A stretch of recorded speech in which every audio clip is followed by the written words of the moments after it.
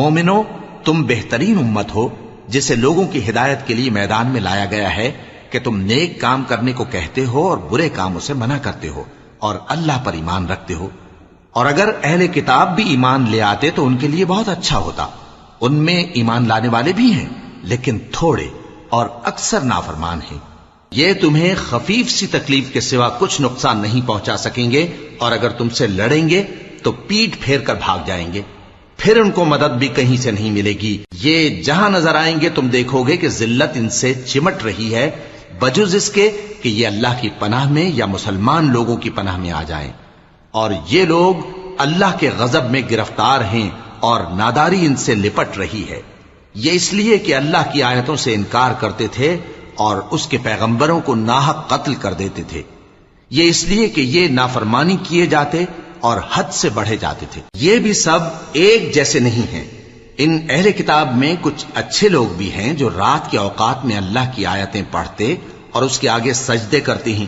وہ اللہ پر اور روز آخر پر ایمان رکھتے اور اچھے کام کرنے کو کہتے اور بری باتوں سے منع کرتے اور نیکیوں پر لپکتے ہیں، اور یہی لوگ نیکوکار ہیں۔ اور یہ جس طرح کی نیکی کریں گے اس کی ناقدری نہیں کی جائے گی، اور اللہ پرہیزگاروں کو خوب جانتا ہے۔ جو لوگ کافر ہیں ان کے مال اور اولاد اللہ کے مقابلے میں ان کے ہرگز کام نہ آئیں گے، اور یہ لوگ اہل دوزخ ہیں کہ ہمیشہ اسی میں رہیں گے۔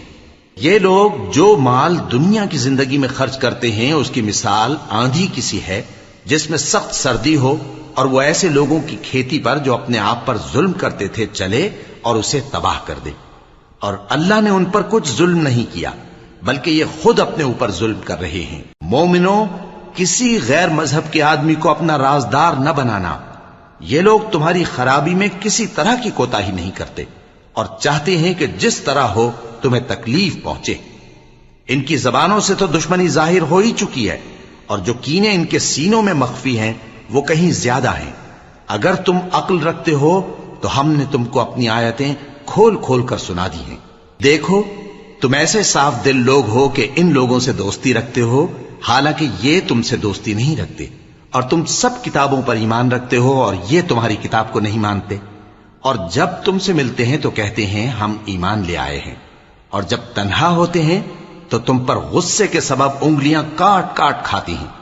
ان سے کہہ دو کہ اپنے غصے میں مر جاؤ، اللہ تمہارے دلوں کی باتوں سے خوب واقف ہے۔ اگر تمہیں آسودگی حاصل ہو تو ان کو بری لگتی ہے، اور اگر تمہیں رنج پہنچے تو خوش ہوتی ہیں۔